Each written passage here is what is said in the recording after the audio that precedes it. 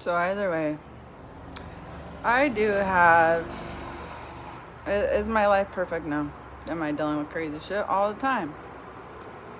You know, like, because of what I went through, because of how hard they tried to reduce my value so that they could find a way into me, you know, because of the hard fucking valuable lessons I've had to learn in this life, I didn't want to see it happen to you too. Okay? When I lose my friends, and that's all I have because you already killed my family, you know, that takes a toll on me. So I've paid all these tolls in life for you to try and make believe me into becoming your problem. But the problem for you now is I was honest. You know, I figured out shit before I was even ready to understand it. Because I had that good heart, I kept following it.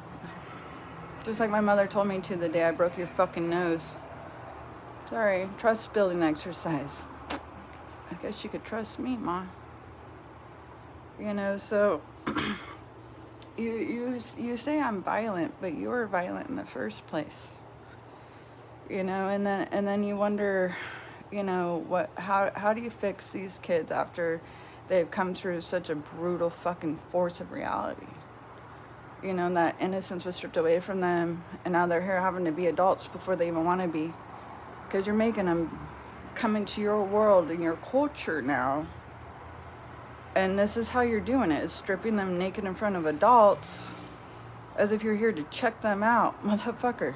There was nothing to fucking check out by threatening somebody and throwing in a fucking cage because they didn't want to suck your fucking dick. You know, the thing to check out would have been that fucking pervert. Would have been those kids bringing in fucking drugs into our town while they were just there on a work permit.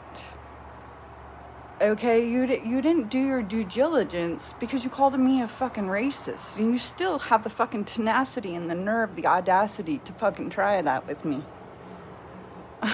Hate to break it to you, my mom's fair, my dad is black Cajun. I call this Blaxican.